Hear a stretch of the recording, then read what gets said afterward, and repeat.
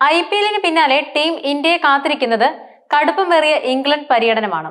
അടുത്ത മാസം ആരംഭിക്കുന്ന ഇംഗ്ലീഷ് പരീക്ഷയ്ക്കുള്ള ഇന്ത്യൻ ടെസ്റ്റ് സ്ക്വാഡിനെ കഴിഞ്ഞ ദിവസം പ്രഖ്യാപിച്ചിരിക്കുകയായിരുന്നു. യുവ സൂപ്പർ താരം ശുഭ്മാൻ ഗില്ലിനെ നായകനാക്കി 18 അംഗ സംഘത്തെയാണ് അജിത് അഗാർക്കറിന് കീഴിലുള്ള സെലക്ഷൻ കമ്മിറ്റി തിരഞ്ഞെടുത്തിരിക്കുന്നത്.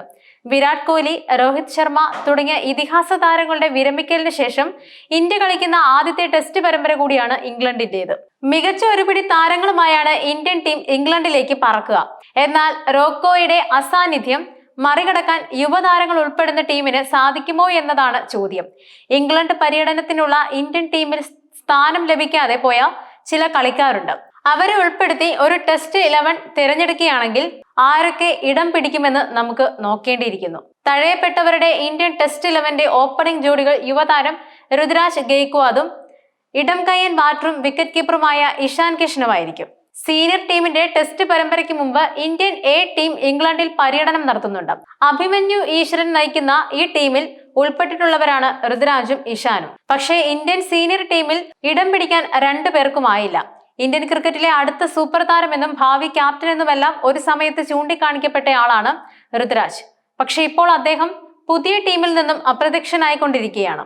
ആഭ്യന്തര ക്രിക്കറ്റിൽ മികച്ച റെക്കോർഡ് ഉണ്ടായിട്ടും ടെസ്റ്റിൽ രുതുരാജിന് ഇതുവരെ അരങ്ങേറാനായിട്ടില്ലെന്നതാണ് നിരാശാജനകമായ കാര്യം. ഫസ്റ്റ് ക്ലാസ് ക്രിക്കറ്റിൽ 38 മത്സരങ്ങളിൽ നിന്നും 7 സെഞ്ചുറിയും 14 50കളും അടക്കം 2632 റൺസ് അദ്ദേഹം നേടിയിട്ടുണ്ട്.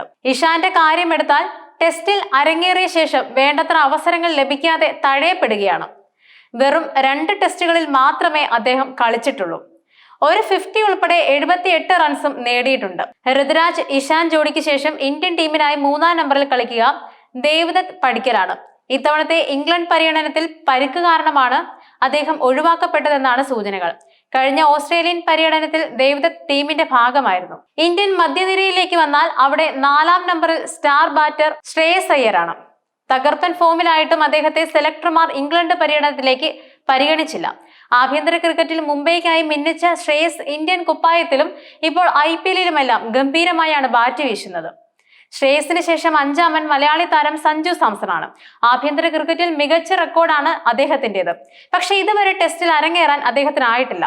സഞ്ജു കഴിഞ്ഞാൽ ടീമിലെ 6-ാമൻ യുവതാരം സർഫറാസ് ഖാനാണ്. സമീപകാലത്ത് ടെസ്റ്റ് ടീമിലെ സ്ഥിര അംഗമായിരുന്ന അദ്ദേഹത്തിന് ഇംഗ്ലണ്ട് പര്യടനത്തിൽ അവസരം ലഭിച്ചില്ല. 7-ാം നമ്പറിൽ കളിക്കുന്നത് സ്പിൻ ബൗളിംഗ് ഓൾറൗണ്ടർ അക്സർ പട്ടേലാണ്.